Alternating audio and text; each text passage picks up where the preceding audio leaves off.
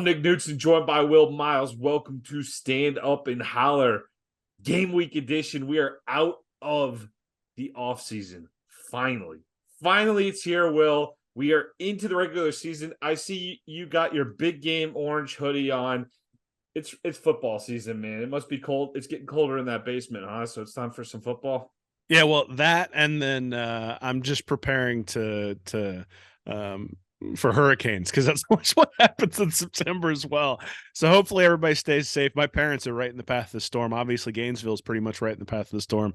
Hopefully everybody stays safe. Florida, the players are getting out of there a day early. They're going to be flying into Dallas and then waiting and then flying out to Utah. So that's making it a little bit weird in terms of game week preparation, that sort of stuff. You're already going all the way across the country and things just get a little bit strange. So, it is what it is, man. But yeah, it's getting cold up here.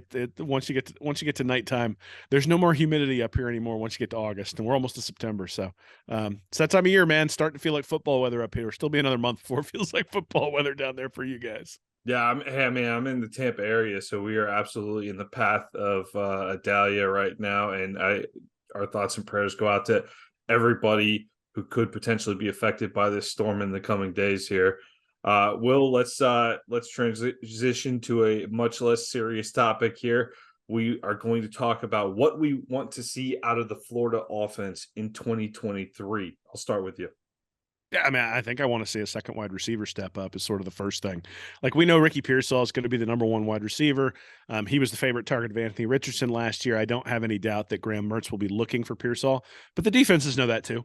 And so the defenses are going to start focusing. They're going to rotate safeties over. They're going to limit how often Pearsall has one-on-one coverage, which means guys like Caleb Douglas and Khalil Jackson, who were named starters today on the depth chart, those guys are going to have to step up. And it's interesting. We've talked about Mizell, Gene, and Wilson extensively all offseason, and none of them are the starters in this game against Utah, which just goes to show that there's stuff you have to learn at each position, and it's rare for true freshmen to step in as starters right away. And so that's what I'm looking for. I'm looking for Caleb Douglas or Khalil Jackson to really put an imprint on, especially the Utah game, but throughout the season to be at least a reliable second option.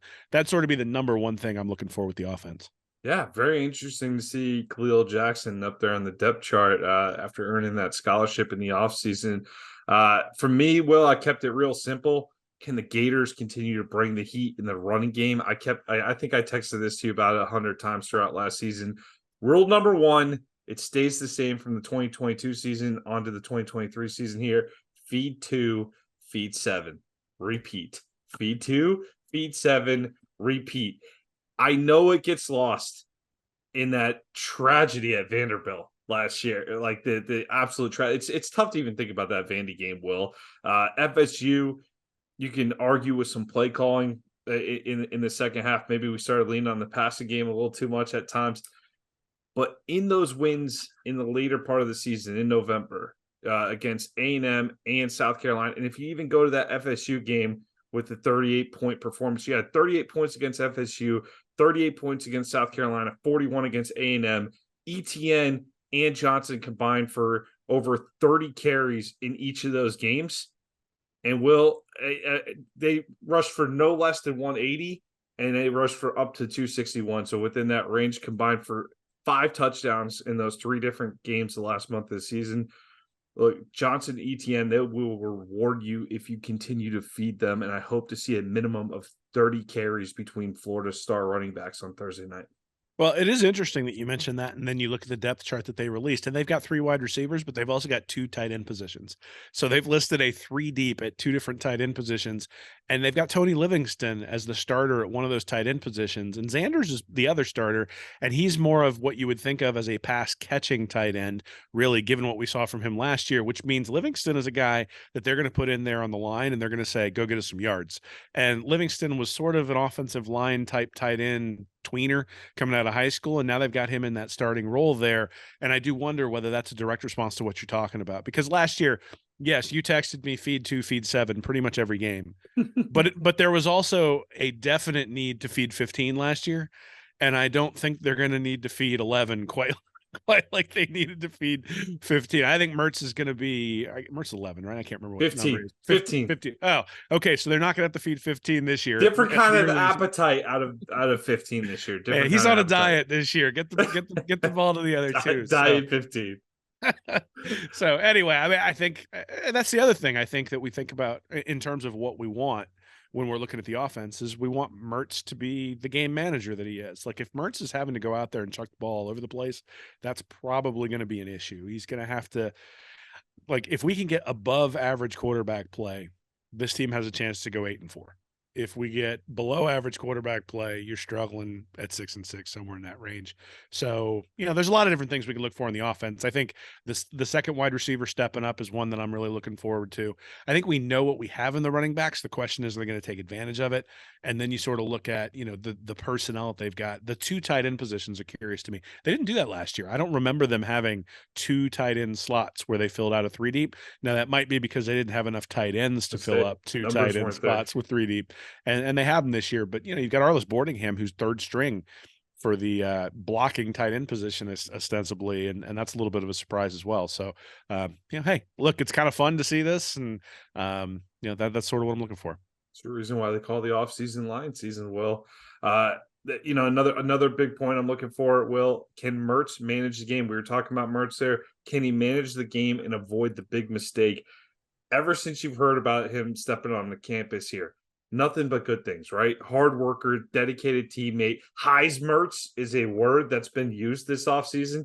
I know it's been used for fun, but it's definitely a word that's been used a few times out there. And that's all well and good. But this is why I love football. This is why I love sports in general. The time for talk is over. The lights are coming on. It's time to perform. And when the lights were brightest last season on the road, at Ohio State, Graham Mertz, 11 for 20, 94 yards, and 1 interception. Will, that was a pick 6 in a 52-21 loss. At Michigan State, 14 for 24, 131 yards, 2 touchdowns, and an interception. That interception set up Michigan State deep in Wisconsin territory. They punched it in for 6 on a short field, and it eventually led to a 34-28 victory for Sparty in double overtime. At Iowa, 16 for 36 for 176 yards, 1 TD, 2 interceptions, one of which, Will, guess what it did? It's a pick 6. It was a pick 6. Wisconsin, they also were shut out in the second half on the way to a 24-10 loss in Iowa at that game. So history to me says that no, Graham Mertz is not going to manage the game and take care of the ball and avoid the big mistake in a tough road game situation based on recent trends here. But if he takes care of the ball and if he follows rule number 1, what's rule number 1, Will? Feed 2, feed 7. Feed 2, feed 7. That could be a formula for success on Thursday night. Well, I mean, look, I think this is what we've been waiting for all offseason. Neither you nor I thought that Mertz was going to be the starter. We thought someone else was going to come in through the transfer portal. It's interesting that Jaden Rashada is going to start at Arizona State as a true freshman. So, whether or not that's going to be an interesting subplot to all of this is to see whether Rashada ends up starring there down as a Sun Devil or whether things fall apart for him. And look, I mean, this is somebody that Billy Napier has hitched his wagons to this year, decided not to bring in anybody else through the transfer portal. Obviously, with the Rashada stuff and with the Austin Simmons reclassification and flip to Ole Miss, they don't have the numbers in the quarterback room that I think they were expecting. And I think if those guys were on campus, we'd feel a little bit different about the position as well. But, this is the guy they brought in. They targeted him in the transfer portal. They brought him in. You and I have talked extensively this offseason about how the transfer portal sometimes is fool's gold. And, we're going to see. Obviously, I mean, there's that open question for all offseason has been, is it Mertz or was it Wisconsin's offense? And we're going to find out because if he's just as average or below average in Billy Napier's offense, then it's going to be a bit of a struggle. But again, I don't think he's had anybody like Etienne and Johnson behind him in the backfield while he's been at Wisconsin. In fact, if you look at the running game at Wisconsin the last couple of years, you think of Wisconsin as a team that can run the ball all over the place, but that hasn't been the case the last couple of years at Wisconsin. So if they can get him in more third and short situations, and look, he should have better athletes on the outside and all sorts of different things. I think the idea that Florida is severely lacking in talent is overrated in some cases, but the average national rank of the guys who are starters on the depth chart is 625. So that offense is not just like teaming with Alabama level talent or Georgia level talent. Mert's going to have to make some plays. And so, like you said, there's some risk associated with that as well. Yeah, hopefully he does take a step forward. But again, history, recent trends say no. If Rashada ends up killing it at Arizona State this season and you're feeling down about that at any point, I just want you to stop, take a moment, and know that somewhere deep in the heart of Texas, DJ Lagway probably just scored another touchdown. So we got good things. Good things are on the way. Will let's move on here to the next topic: the Florida defense. Things we also want to see. I'll kick this one off. I just kept it real simple. One word: Will competency. I want to see some competency this season. We're now starting our third year in a row of saying it was bad last year, but it can't possibly get worse, can it? So I would like to see some level of improvement. A lot of young talent stepping in on this defense. Very excited to see the young talent. Very excited to see the young talent on Thursday night. But can we see that level of competency out of a Florida defense that we just haven't seen in this decade of in the 2020s? Will let's we have to go all the way back to the year of 2019 since we last played semi-confident ball on defense. Let's see if we can bring that back to the Swamp. Yeah, I mean, so mine's tied in with that. And the thing I want to see is I want to see Shamar James making plays in the backfield. So James played very well last year, 47 tackles, 2 tackles for loss, 2 sacks. But that's not being in the backfield a lot for a guy who's playing in the middle as a middle linebacker. One of the reasons he was not able to really get in there and make a difference is the guys up front were not occupying all the offensive linemen and allowing the linebackers to shoot the gaps. And look, Florida has had average to below average linebacker play now for about a decade. And James is really a pretty big hope that they're going to get a guy who might even be able to play all SEC level linebacker this year. And if you have an all SEC middle linebacker, then your defense is going to be way better than whatever we've seen the last 3 or 4 years. And look, James can't do it alone. You're going to have Cam Jackson, Caleb Banks, Chris McClellan, Desmond Watson. You're going to have those guys really occupy guys up front. But Shamar James, to me, is the key. If you see him out there making plays in the backfield, then that says that the defensive tackles are doing their job and they are occupying the offensive line, not allowing them to get to the second level. If you see him getting pancaked by a right guard coming around on a pull, well, now all of a sudden we know that the defensive tackles are struggling and they're not necessarily getting the push they need. So, I would say defensive tackles, but I think James is the guy you focus on. That if Shamar James is out there getting 12 tackles with 3 tackles for loss every single game, well, now all of a sudden you know that the defense is operating in a way that Austin Armstrong wants it to, and that they're going to generate turnovers while they're bringing him in those different situations. And I think James is going to be the bellwether for the entire defense. I'm glad you brought up Armstrong because one of the points I wanted to ask you about was how strong of a stamp do you believe Billy Napier will let Armstrong put on this defense right out the gate? I think we'll know on the first third down. I'm guessing they go cover 0 wherever it is, and and whatever. He has been so aggressive in all the tape that I have watched that I don't expect that to change. I think Napier is going to allow him to have the freedom to call his defense the way he sees it. And what that means is you're going to see a lot of big plays given up, but I think it also means you're going to see a lot of big plays by the defense. So I think you're going to know right away. And especially we'll talk about it a little bit in terms of the quarterback situation for Utah.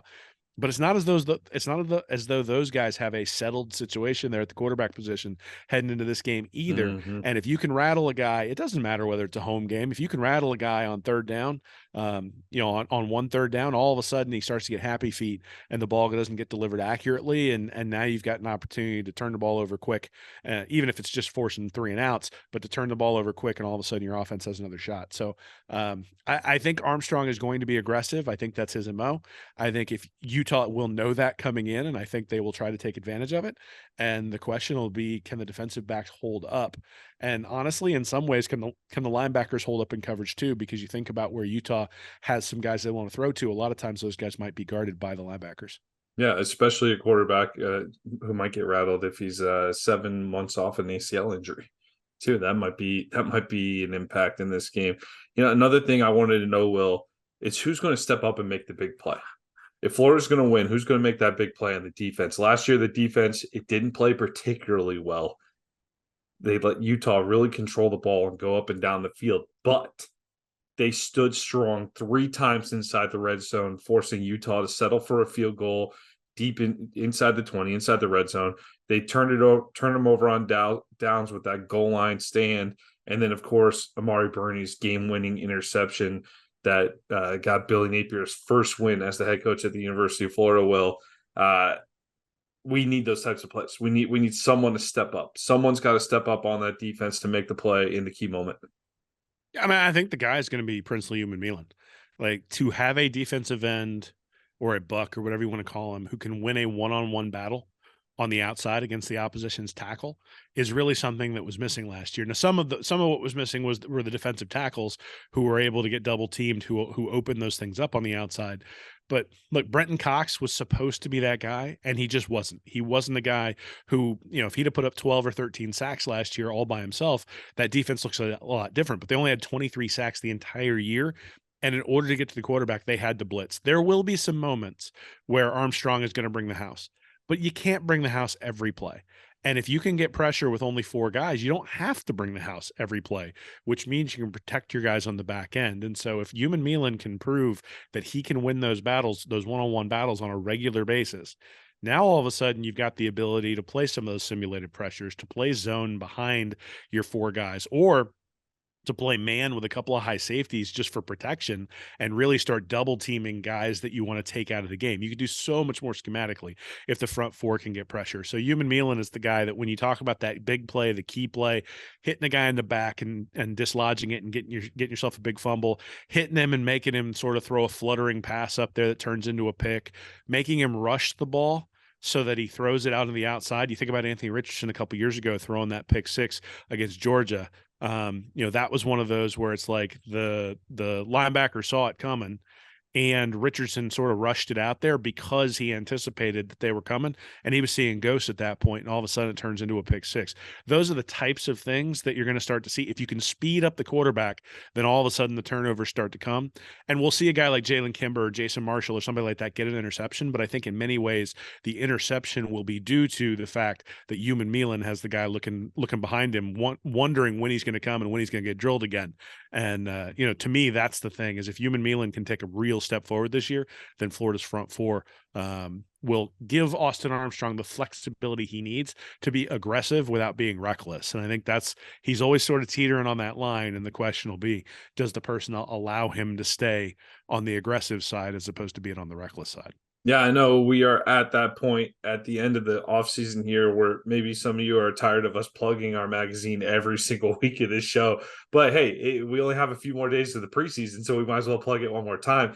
Any of you who bought the magazine, make sure you check in. Will sent an email out to the entire group that bought the magazine with 10 additional pages where he broke down plays from Austin Armstrong's defense at Southern Miss. It comes with the QR code in the corner where you can really follow along nicely with those plays to really get a taste of what's to come with this Florida defense this year. I'll be interested to see how much of it's on display against Utah, and maybe, hey, if it's going to be strategic. Is it going to be like that if we're up big? Is it going to be like that if we're down a little bit? Is it going to be like that in key spots?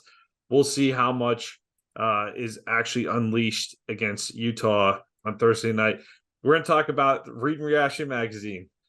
Buy your copy. Only a few more days left in the preseason to buy your copy. Digital copies still available online. Where, Will? Readandreaction.com/MAG. All right, that'll be the last time y'all hear it this year, so we got to get it in one more time.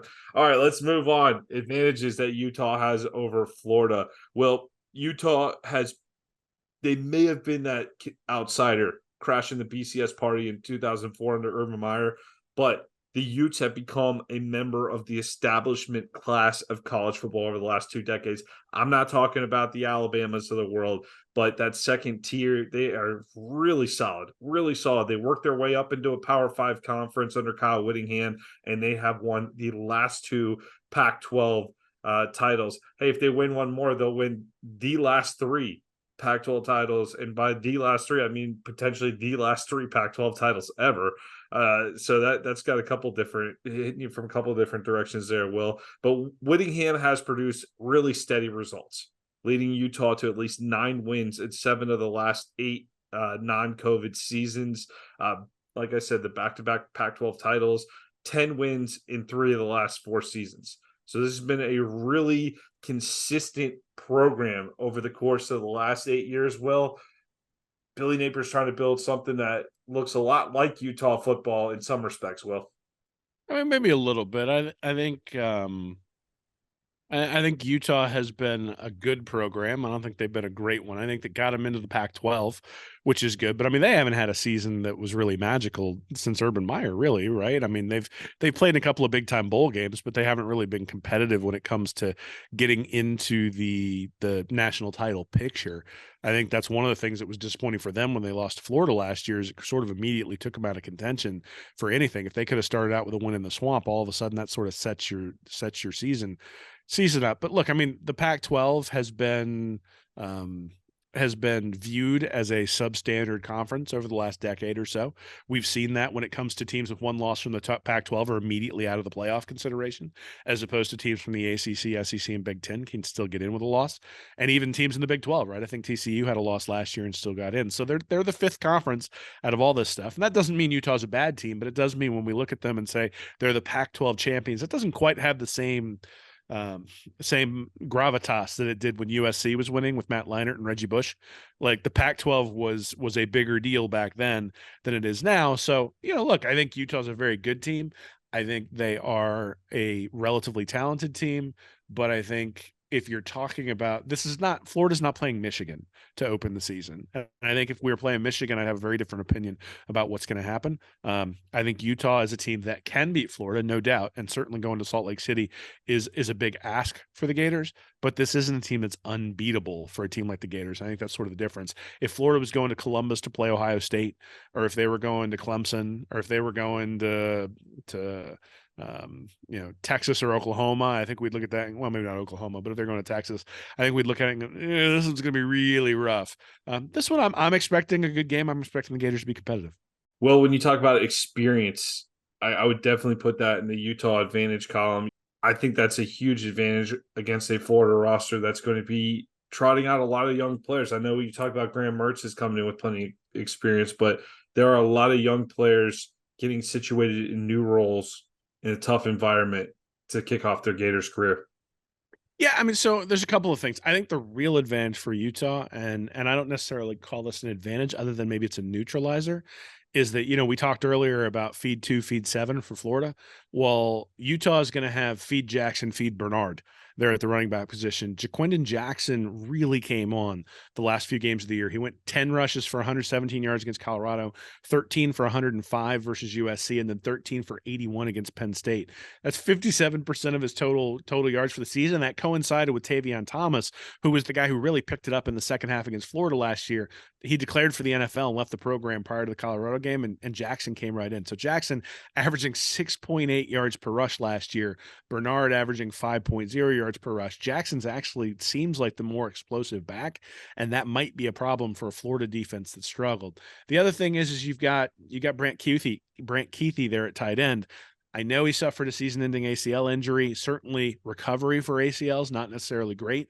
The question is he going to be as explosive as prior to the injury? Will he be aggressive in game one? All those sorts of things. But Kuithe was the guy. In fact, Dalton Kincaid caught 70 catches last year after Kuithe went out, or for the entire season. But Kuithe was the guy coming into the season that everybody sort of thought was the main tight end, and that Kincaid was sort of his Robin to Kuithe's Batman. If Kuithe can come back as Batman, Florida doesn't have anybody at the tight end position who can match that production. And certainly I think that's going to stretch the linebackers in a way that you don't necessarily always get stretched. You don't always face an all-conference level tight end when you go out there, and Florida's going to see that right away. Now, there's great preparation for Brock Bowers coming up in a couple of months against Georgia, but those are the two, especially on offense, that I would really point to as advantages. The tight end position, assuming that Kuithe comes back and is healthy and is able to sort of resume his prior ability, which that's still a question. And then at running back, just to be able to neutralize Montrell Johnson and ETN. Like if you were to tell me, who does Florida have an advantage at the running back position? Most of the time, I'm going to say Florida's got the advantage. But in this game, I don't know if that's necessarily true. I think Utah is going to have the ability to run the ball as well. My last point here, Will, for the Utah advantage is Rice Eccles Stadium. I'm sure the heat played a factor in Utah's trip to the Swamp last year. But we have to remember Utah was also 6 yards away from actually walking away with the win in that one. So while the altitude might be a storyline going into the game, I'm not sure if it will really have that much of an impact at the end of the day. It's definitely something to get used to, but I'm sure the Gators have been training and they're going to be ready for it. This is really what I want to note about Rice-Eccles Stadium. I know there's been shots on Twitter about Rice-Eccles being a smaller stadium. I know that people are looking at the Pac-12 schedules and everything. Okay, whatever. With Utah's winning streak right now, the Utes have a 14-game home winning streak that dates back to the home opener of the COVID season against USC in 2020. 6-0 the last two seasons. 2021, a win over number 4 Oregon at home, and last season a win over number 7 USC. Also, will 40-plus points out of the offense in 5 of those 6 wins last season at home, and they did not get held to under 35 points in each of their 6 games in Rice-Eccles Stadium. So this is a team that plays tough in Salt Lake City, and it just really feels like Florida is going to be up for a track meet with these Utes in Salt Lake City if they have a shot at winning. I mean, we'll see. I think the thing that we got to really factor, and this is something, we talk about advantages. Last year before the Rose Bowl, Utah had a clear advantage at the quarterback position, right? And Rising has been there for a lot of those games that you're talking about. And it's unclear whether Rising is even going to play. And the backup, Brandon Rose, seemed to pull ahead in the quarterback battle. He's a freshman, and he gets hurt. And so now Bryson Barnes Jr. is the guy that the Utes have listed as backup on their depth chart. So you've got a guy who started one game, who was relatively unsuccessful against the Penn State defense last year when he came in relief. And look, I mean, he had like a full month to prepare for that game because it was a bowl game, right? He got more reps coming into that game than he would have all year long. So same thing. I mean, he's going to be sharing reps with Rising, I'm sure, but he's gotten a lot of reps. But it's not like he wasn't prepared when you go into that Rose Bowl game. He should have been ready to go. So, I mean, look, if Rising can't go and they've got Barnes, is that an advantage for Florida at the quarterback position? I'm not sure we're going to have an advantage that many times this year, but if Rising can't go, or if Rising is really limited, is that an advantage? So again, I get what you're saying about the home environment and all that sort of stuff, but it's a completely different quarterback room if Rising's not in there than it has been for a lot of those wins that you're citing. And Rising has been a guy who, with his legs, has made major plays to make things go. So even if he's playing, there might be some limitation in terms of what he's doing. So, I mean, it's like saying, oh, the Swamp's a really hard place to play when Emory Jones and Anthony Richardson are your quarterback. All of a sudden you start losing some home games. It's like, yeah, you don't lose those home games when Kyle Trask is your quarterback. You don't lose those home games when Tim Tebow is your quarterback. It's only when you got a guy who's not playing very well that those home games start to be propositions where you can lose it. So to me, that's the thing, is if you're looking at why they're good at home, it's because they've had very good quarterback play. And is that quarterback play going to continue? I think that's a big question coming into this one. Yeah, we'll see how it goes. That's how it's been the last couple of seasons with the Utes, and one of the reasons why that environment gets a lot of respect in the college football world. Let's move on. Talk about. I also do want to note Utah game number 2. They go down to Baylor, I believe. So that's a tough second game too. So I've heard some talk out there about maybe you let Rising ease his way into the season. Don't prioritize them as much against Florida. Maybe Florida can benefit from that. I don't know, man. They got Florida and Baylor out the gate. I think Rising's going to come out swinging. I definitely think his legs are going to be impacted, though, from that ACL issue. Will, let's talk about some of the advantages Florida has over Utah. You want to kick off the section? Yeah, no one's going to believe I'm going to say this. I think Florida has an advantage on defense. I think Utah's defense is terrible. They were 29th last year in points allowed, but they were 90th in yards per play. And it was all a matter of turnover luck. They played Oregon State. They gave up 16 points, but they allowed 6.2 yards per play. So they should have given up 33 points. Against Arizona, they gave up 20 points, but they gave up 7 yards per play. So you would expect them to give up 42. And what happened in those games? Against the Beavers, Utah had 4 interceptions, but 2 of them were in the red zone, like inside the 5-yard line, where Oregon State was driving for touchdowns, and they get the turnover there.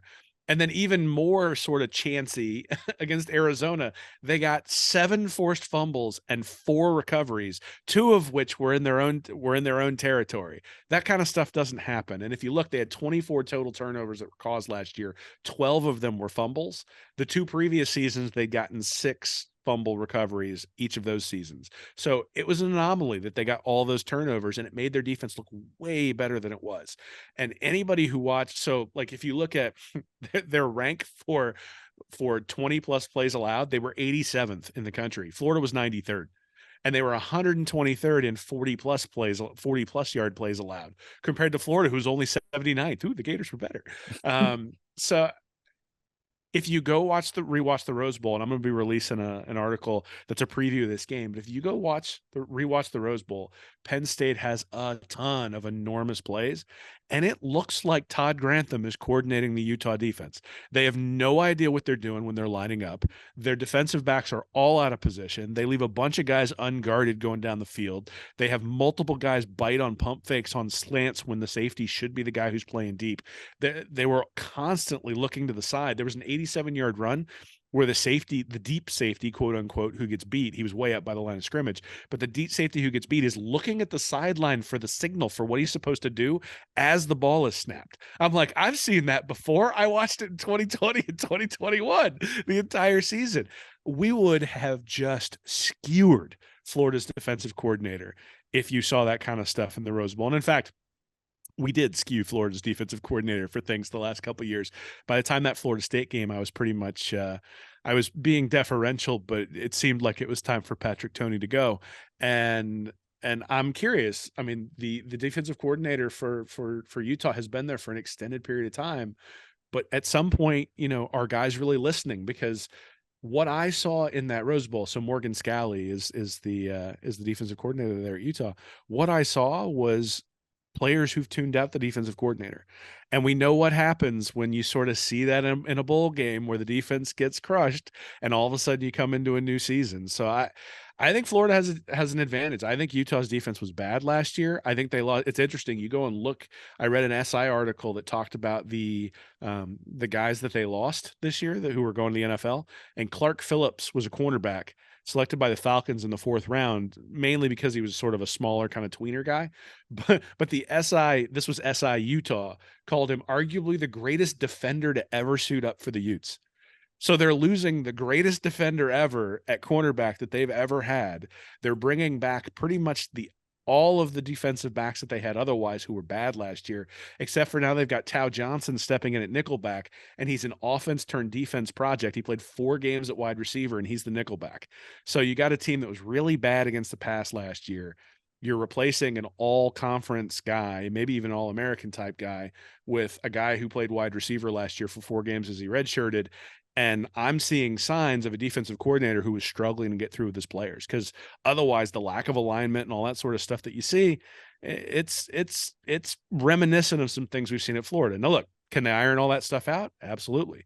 But everybody seems to be thinking that Florida's defense has to take this major step forward, and Utah's tough and rugged, and they've already got this great defense. But what I'm saying is the underlying stats don't suggest that was the case last year. It suggests they got a lot of turnover luck that turned some of those games that they had that could have been a lot closer, could have been an opportunity for them to lose, and instead they were able to win those games. And this is a team that was probably much closer to 8-4 than they were to 10-2, like they were during the regular season. And there's a reason why that game in the Swamp was close. It's because Florida wasn't a very good team, but I'm not sure that Utah was much better last year either. I think they just play in a much easier conference. I would definitely double check who played and who didn't play in that Rose Bowl. I think there was a little instability there in the Utes secondary. I know Phillips, I think, was one of those guys who actually skipped it. But RJ Hubert was the safety who was out of position, and that guy was a redshirt senior. Well, so, and I do know you've mentioned the stats with this defense, which is really interesting because I think most people just think of Utah and Whittingham, and they've traditionally been a team. I mentioned the scoring outburst the last few years here, and they scored 35 or more in the home games last year. Traditionally, this has been a program that plays great defense and kind of gets by on offense. In the last few years, you talked about it last year. with if you didn't pay much attention to Utah football, you would think, hey, yeah, the defense is still great out there. Will's on to something there. Hopefully we see that get exposed on Well, Thursday so night. so so here's the point I make. It's typically somewhere around 5.2, 5.3 yards per play is kind of average, maybe like top 25, top 30. They Mhm. gave up 7.2 yards per play against Florida, 6.2 against Oregon State, 8.2 against UCLA, 8.1 against USC, 7.0 against Arizona, 5.6 against Oregon, 6.2 in the rematch against USC, and 8.5 against Penn State. So yes, there might have been some guys missing in that game against Penn State, but the statistics that I'm citing have to do with the full body Consistent. of work, Yeah. and they were consistently bad against offenses that Yep. were even reasonable. And so look, could they be a lot better this year? Absolutely. But there hasn't been a lot of turnover in terms of the personnel, other than Johnson stepping in for Phillips. And if Phillips left and all of a sudden they gave up 8.5 yards per play against Penn State and couldn't stop anybody in the secondary, well, that's just indicative of a problem they're probably still going to have this year, because they're trying to replace a guy who they probably don't have the talent to replace. Hey, SI writer, by the way, Clark Phillips being the best in the history of the program. You ever heard of Devin Lloyd?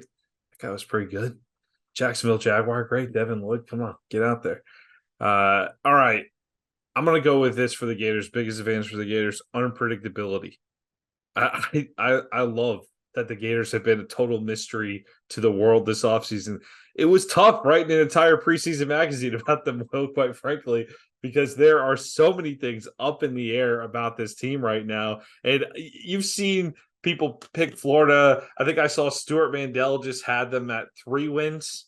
You've seen other people pick Florida as high as 8 wins or 9 wins, and they each equally have the same level of certainty with those picks. It's very interesting to see that. I believe the over under number, at least it started at 5.5 on the season win total for the Gators this season. So I think that's Vegas even saying, yeah, we're not totally sure. But will Mizell be a weapon deep? Will we see him sneak by the secondary and get a haul in a deep ball? Are we going to see Wilson come out the gate and make an impact early? Will Armstrong's new aggressive approach force Rising to adjust early? There's a lot of things with Florida that are just unknown, and I think that level of mystery going into the battle here is tougher to prepare for Utah and its advantage Gators. Yeah, I mean, I don't know. I think I would much rather know what we've got and know that it's three stud wide receivers and an offensive line that's got 60 starts between them.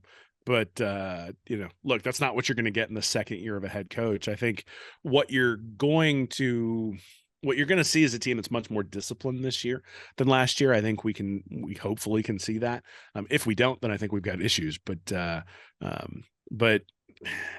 don't know. I think I'm not sure how unpredictable it is when you've got Graham Mertz at quarterback and you've got us sitting here, or you sitting here going feed 2, feed 7. It's like they know where the bread's buttered. They know what they're going to have to do to stop it. And look, Oregon State did too. So last year in that bowl game, the running game just never got started and Jack Miller couldn't do anything. Now, did the team want to be there and all those different things that you can say about a bowl game? But, but still, I think I'm actually going to be really curious to see how unpredictable it is. I think it's unpredictable in that we don't know how good they can be and we don't know how bad they can be, but I'm not sure that the play calling and the execution is going to be all that unpredictable. It's certainly not going to be as creative as it was with Anthony Richardson under center. So I see what you're saying in terms of like we don't know how good they'll be, but I don't know that I think the unpredictability may be more on the defensive side of the ball than the offensive, where you've got Armstrong. And the question we're asking is what I said earlier about him sort of riding that razor's edge between reckless and aggressive. And he's going to be aggressive, but the question, if you're a quarterback, is he really going to give me cover zero here? Like, am I really going to get the opportunity to take a deep shot with man-to-man the whole way across the board? And, every once in a while you get that deep shot and it's great. In fact, if you've watched the quarterback documentary on Netflix, you see multiple times where the guys are just sitting there begging for single coverage on the outside, even though they know they're going to take a shot to the ribs. College game, sometimes you cover up your ribs and you sort of turtle down instead of letting that ball go, or maybe you don't even know where the ball needs to go right off the bat if you're not familiar with that. So to me, the uncertainty there probably lies more on the defensive side of the ball than the offensive side of the ball, just because there's 13 games of tape to understand what Billy Napier wants to do. Certainly his quarterback's different, but a lot of the players on offense are still the same. Defense, a lot of personnel turnover and brand new defensive coordinator as well. I agree with a lot of what you said, but you did not have a guy with Mizell type speed on the outside. So he only needs to get by once or twice. You can go 17 to 24 and hit a deep ball or two that could be productive there. Utah. Speaking of that defensive side of the ball for Austin Armstrong, Utah is starting a true freshman left tackle. Spencer Fano is getting the nod for the Utes. Will Ken Armstrong and the defense. You want to make a statement early? Take advantage of a true freshman left tackle making his first start.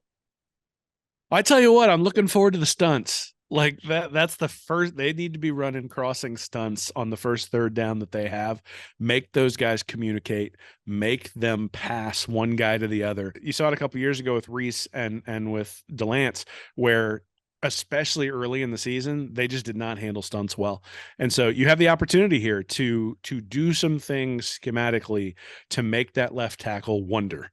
Right. And if you've ever seen some highlights, you'll see this all the time on Twitter after a game where like the right guard or the left guard will just be sitting there with nobody to block while the whole train comes from the other side because they overloaded one side versus the other. Like you can overwhelm a guy who's a true freshman pretty early on.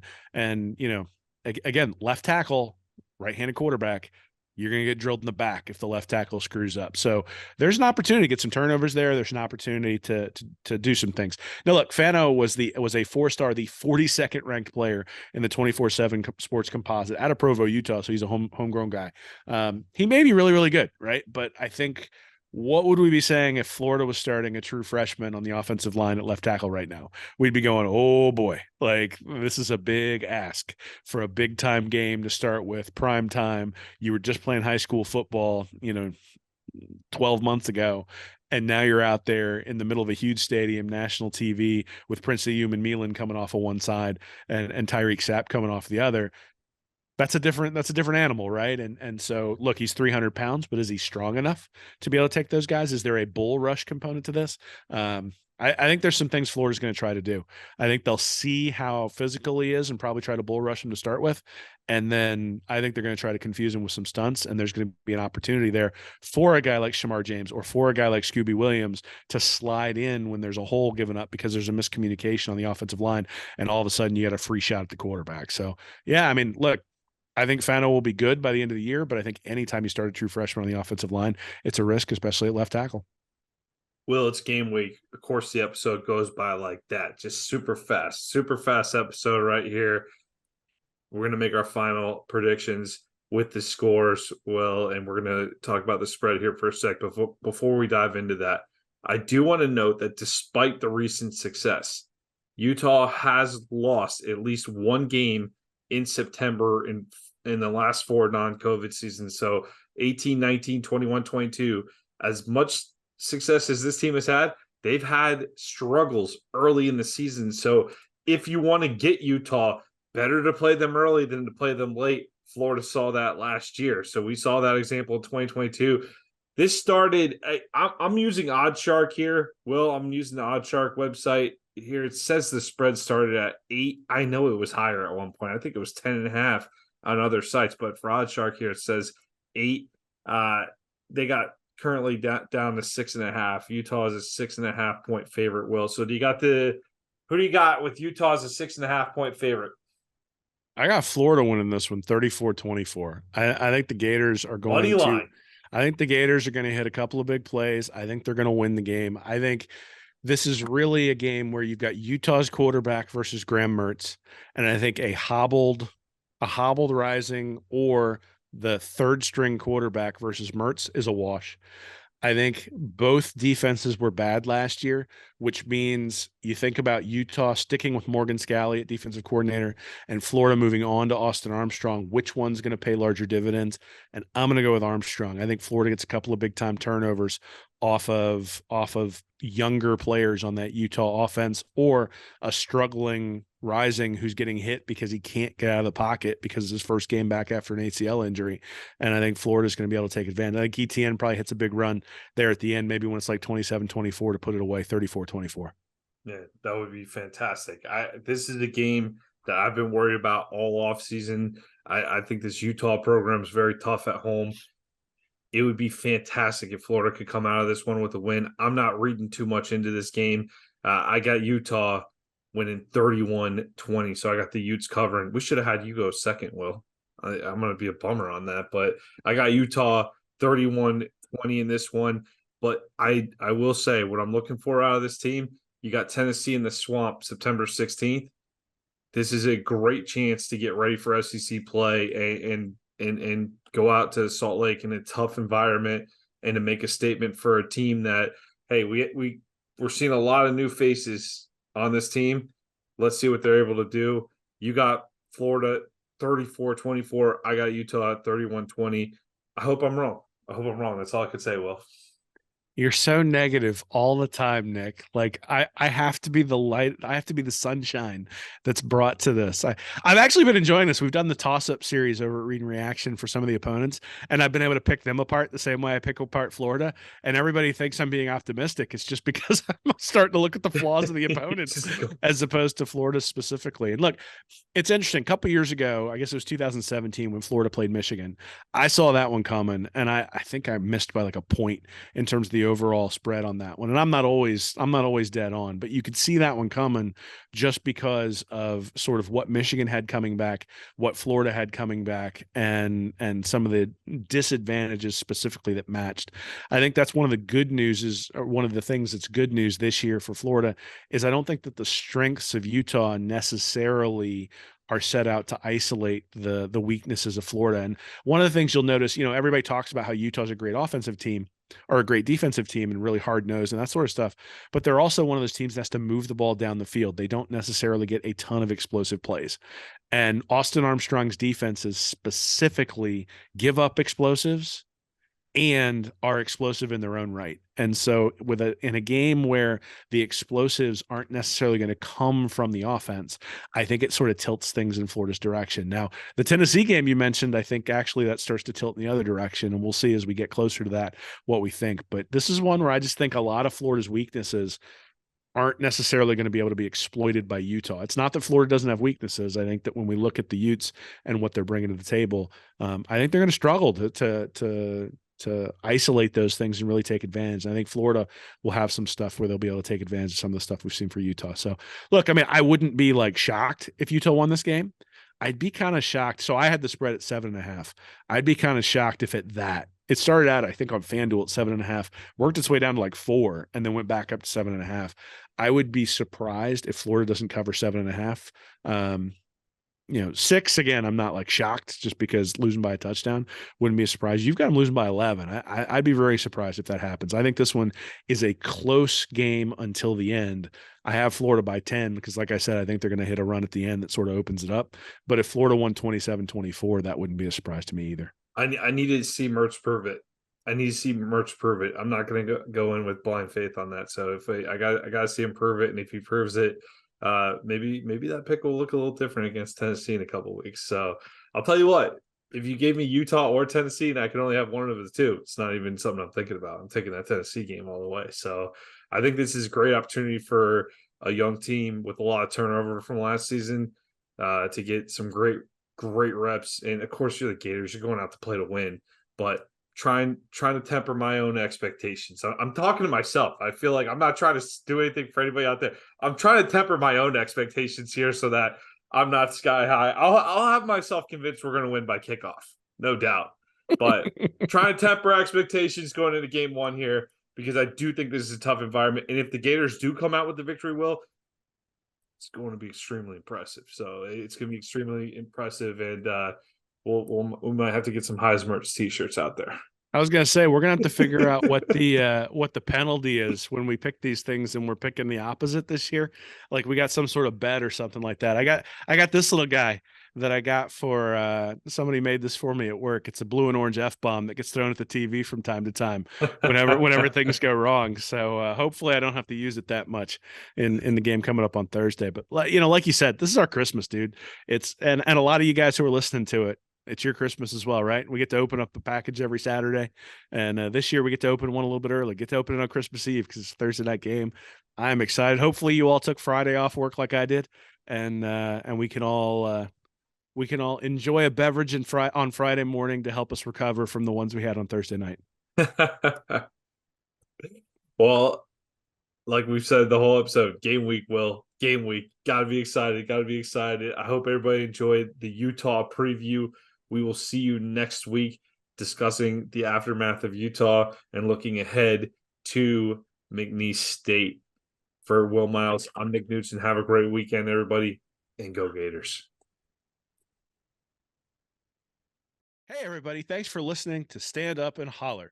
If you're interested in more information from me and Nick, you can go over to readandreaction.com. You can like and subscribe our YouTube channel here at Read and Reaction, or you can go to patreon.com/readandreaction to support us, get extra information, and we do Ask Anythings over there every once in a while as well. So check us out. Thanks for listening.